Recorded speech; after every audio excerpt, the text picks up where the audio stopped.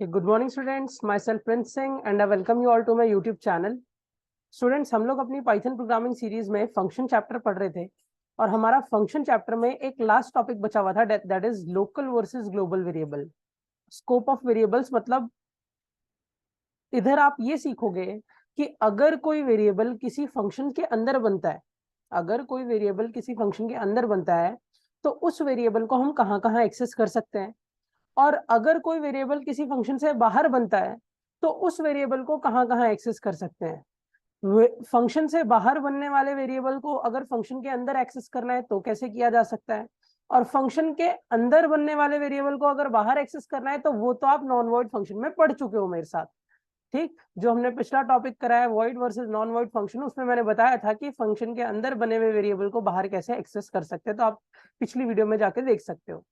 आज जो हमारा टॉपिक है वो है लोकल वर्सेस ग्लोबल वेरिएबल। आज मैं लोकल वेरिएबल और ग्लोबल वेरिएबल में डिफरेंस बताऊंगा, थियोरेटिकली भी बताऊंगा डिफरेंस, और फिर कोडिंग के साथ भी बताऊंगा कि कैसे आप लोकल और ग्लोबल वेरिएबल दोनों एक दूसरे से डिफरेंट है और कैसे वो ऑपरेट करते हैं। ठीक है, चलते हैं अपनी कोडिंग स्क्रीन पे। सबसे पहले आज की हेडिंग डाल देता हूं मैं, that is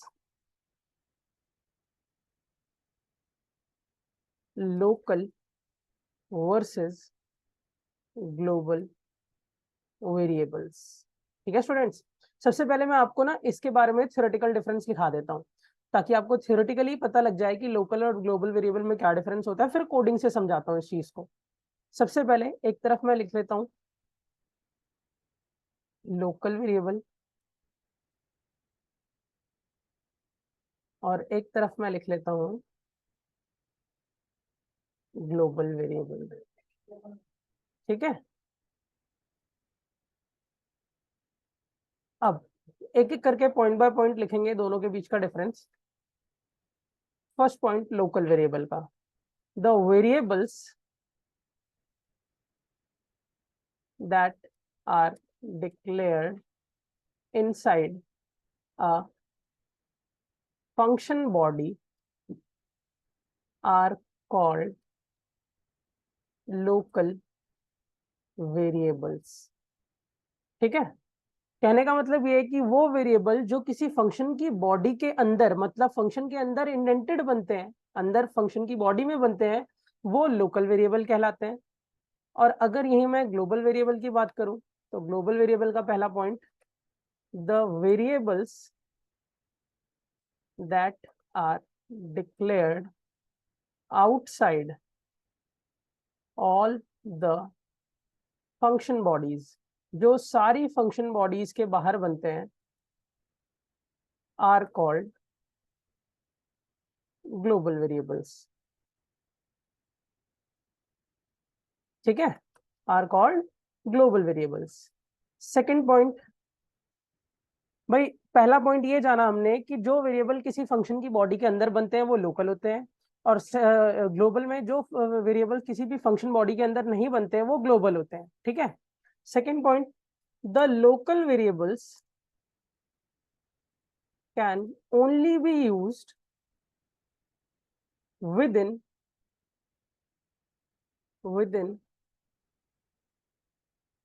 the function in which they are declared। कहने का मतलब यह है कि जो लोकल वेरिएबल होते हैं जिस भी फंक्शन के अंदर बनते हैं वो सिर्फ उसी फंक्शन के अंदर यूज किए जा सकते हैं, आप उसे उस फंक्शन से बाहर नहीं निकाल सकते। ठीक है, अभी मैं कोडिंग में दिखाऊंगा प्रॉपरली बनाते वक्त, वहां पे हाईलाइट भी करूंगा कि ये लोकल है, और ये भी दिखाऊंगा कि कैसे वो फंक्शन से बाहर नहीं चल रहा है। ठीक है, और सेकंड इसका point, the global variables can be used throughout the whole program. Whole program मतलब पूरे प्रोग्राम में कहीं भी चलाओ उसे, वो चल जाएगा स्टूडेंट्स। ठीक है, तो global variable can be used throughout the whole program. आप पूरे कोड में उसे कहीं भी बुलाओ, वो आपको ये नहीं बोलेगा कि भाई मैं नहीं चल रहा है यहाँ पे, या ये मेरे स्कोप से बाहर है, कुछ नहीं। क्लियर? कैसे, अब हम इसे एग्जाम्पल से समझेंगे। टोटल 3 एग्जाम्पल दिखाऊंगा यहाँ पे मैं आपको, और तीनों से आपको लोकल और ग्लोबल में पूरा क्लियर हो जाएगा कि कैसे कैसे आप डेटा को चला सकते हो। ठीक, स्टार्ट करते हैं हम अपना एग्जाम्पल नंबर 1। एग्जाम्पल 1 रन करके भी देखेंगे, साथ साथ बताऊंगा अभी कहाँ लोकल है, कहाँ पे एरर आएगा, क्या होगा। ठीक है, मैं आता हूँ एग्जाम्पल 1 में। सबसे पहले कोड में शुरुआती कहाँ से करता हूँ, एक ए नाम का वेरिएबल बनाता हूँ, इस वेरिएबल की वैल्यू 50 रखता हूँ। पाइथन में मैंने एक ए नाम का वेरिएबल बनाया जिसकी वैल्यू 50 है। अब मुझे बताओ, क्या ये वेरिएबल किसी फंक्शन के अंदर इंडेंटेड है, क्या किसी फंक्शन के अंदर बन रहा है? नहीं। आप देखोगे तो ये वेरिएबल किसी फंक्शन के अंदर नहीं बन रहा, तो इस वजह से ये एक ग्लोबल वेरिएबल कहलाएगा। क्यों? क्योंकि मैंने आपको पहले ही बोला है कि ग्लोबल वेरिएबल वो वेरिएबल होते हैं जो किसी फंक्शन के अंदर नहीं बनते, तो ये एक ग्लोबल वेरिएबल है। ठीक, फिर मैं नीचे आता हूँ, एक फंक्शन बनाता हूँ डेफ, उस फंक्शन का नाम फन रख देता हूँ, सिंपल। पैरामीटर में कुछ नहीं रखता, कोलन। ठीक, उसके बाद इधर आके मैं एक एक्स नाम का वेरिएबल बनाता हूँ, बाय डिफॉल्ट वैल्यू 90। अब ये जो एक्स वेरिएबल है, क्या ये वेरिएबल किसी फंक्शन के अंदर बन रहा है? हाँ, बन रहा है, दैट इज फन फंक्शन के अंदर बन रहा है। तो हम कह सकते हैं कि ये जो x इज इक्वल्स टू 90 ये लोकल वेरिएबल है। लोकल वेरिएबल किसके लिए? टू फन फंक्शन के लिए लोकल है। फन फंक्शन के लिए लोकल का मतलब ये सिर्फ और सिर्फ फन फंक्शन के अंदर ही चल सकता है। अगर आप इसे फन फंक्शन से बाहर निकालोगे तो ये आपको एरर दे देगा। ये आपको क्या दे देगा स्टूडेंट्स? एरर दे देगा। कैसे, देखते हैं अभी।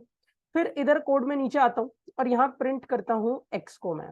तो भाई एक्स यहाँ पे चल जाना चाहिए, क्यों? क्योंकि भाई लोकल है, तो लोकल तो फंक्शन के अंदर चलाओ तो चलेगा, 90 आउटपुट आ जाएगा। फिर प्रिंट करता हूं मैं ए को। अब ए कैसा वेरिएबल है स्टूडेंट्स? ग्लोबल है। तो ग्लोबल भी कहां चल जाता है? पूरे प्रोग्राम में कहीं भी चलता है। मैंने लिखा है ना सेकंड पॉइंट ग्लोबल में, कि जो ग्लोबल फंक्शन होता है, ग्लोबल वेरिएबल होता है, वो पूरे प्रोग्राम में कहीं भी बुलाओ वो चलेगा। तो मतलब सर ये भी यहाँ पे चल जाना चाहिए और वैल्यू 50 आनी चाहिए, आएगी भी। ठीक है, मेन प्रोग्राम में जरा इस फंक्शन को कॉल करके मैं दिखा देता हूँ कि दोनों चल भी रहे हैं कि नहीं।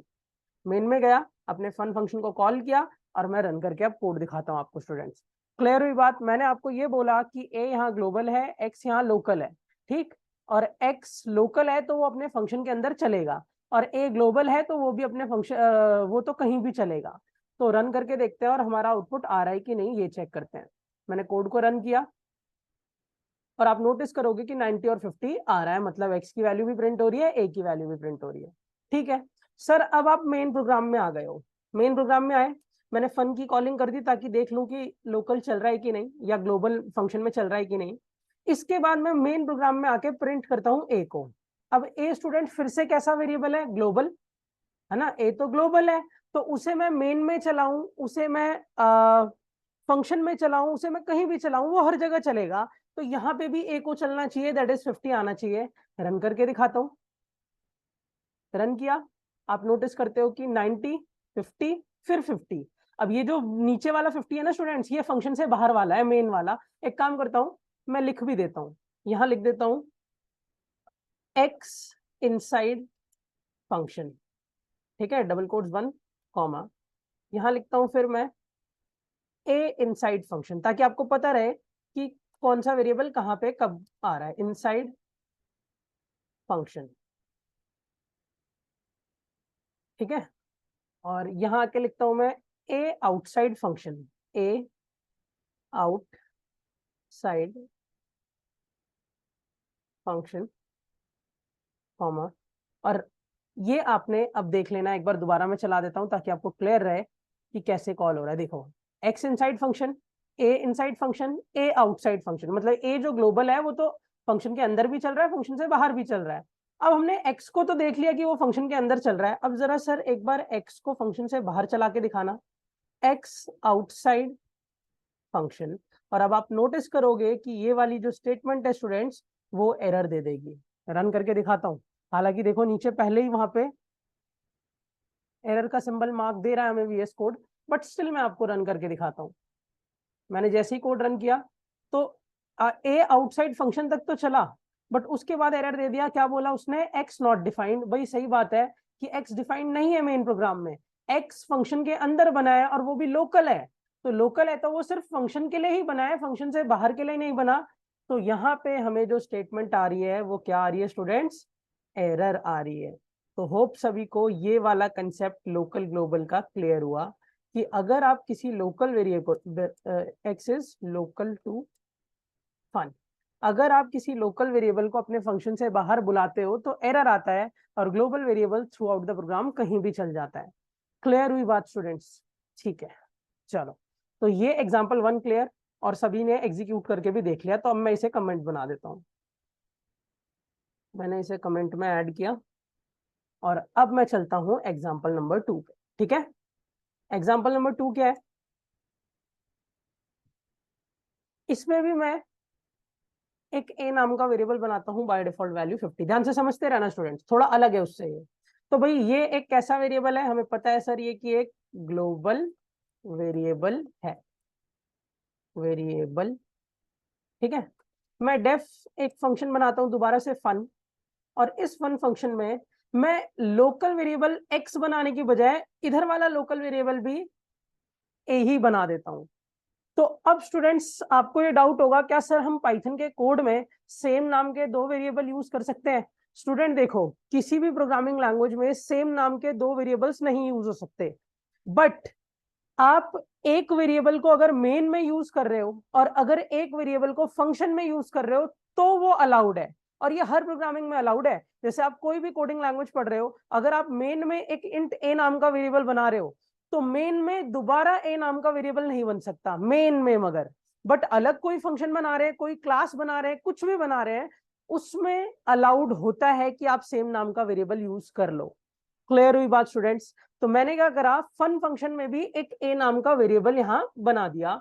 तो आपको ये बात पता होगी कि भाई ये जो ए है वो लोकल टू फन हो जाएगा। मतलब यहाँ पे हमारे पास दो ए नाम के वेरिएबल है, एक ए जो ग्लोबल है जिसकी वैल्यू 50 है, एक ए जो लोकल है जिसकी वैल्यू 90 है। कई बच्चों को ये भी डाउट हो जाता है कि ये जो ए है ये यही वाला ए सर ने री इनिशियलाइज कर दिया है, मतलब इस ए की 50 की वैल्यू 90 हो गई है।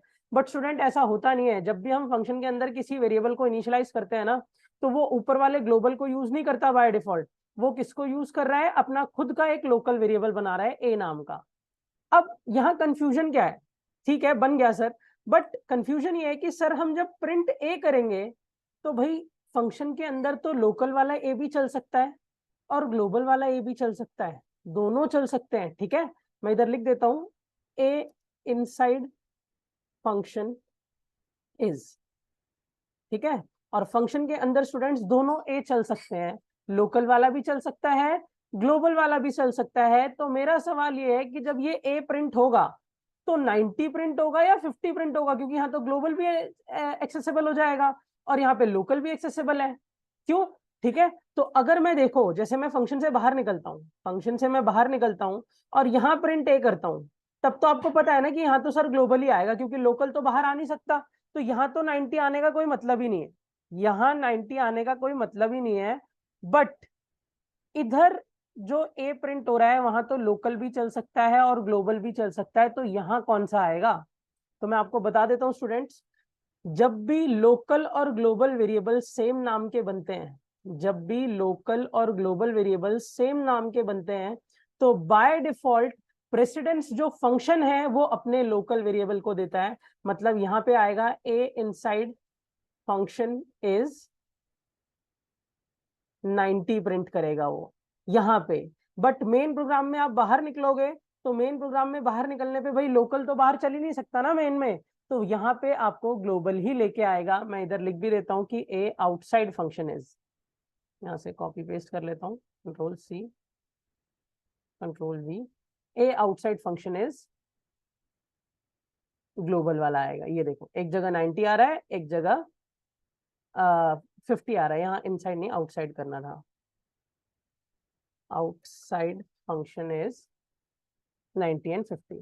तो होप सभी को क्लियर हुआ कि अगर हमारे सेम नाम के दो वेरिएबल बनते हैं लोकल और ग्लोबल, तो वो by default precedence local variable को देगा। ठीक, तो एग्जांपल नंबर 2 भी होप सभी को क्लियर। अब चलते हैं एग्जांपल नंबर 3, जो कि लास्ट एग्जांपल है लोकल और ग्लोबल का। अब सर ठीक है, ये भी हमें समझ आ गया कि जब हम सेम नाम के दो वेरिएबल बनाते हैं तो बाय डिफॉल्ट प्रेसिडेंस लोकल को दी जाती है। बट ऐसे तो फिर हम अगर सेम नाम के दो वेरिएबल है तो ग्लोबल वाले को तो कभी यूज ही नहीं कर पाएंगे फंक्शन के अंदर। अगर हमें ग्लोबल वाले को यूज करना है और लोकल भी सेम नाम का बना है, तो हम जब जब ये लिखेंगे वो बार बार लोकल को यूज करने लगेगा। तो ग्लोबल तो फिर यूज ही नहीं हो पाएगा। मतलब हम ये समझे ना कि जब सेम नाम के दो वेरिएबल है तो ग्लोबल वाला यूज नहीं हो सकता।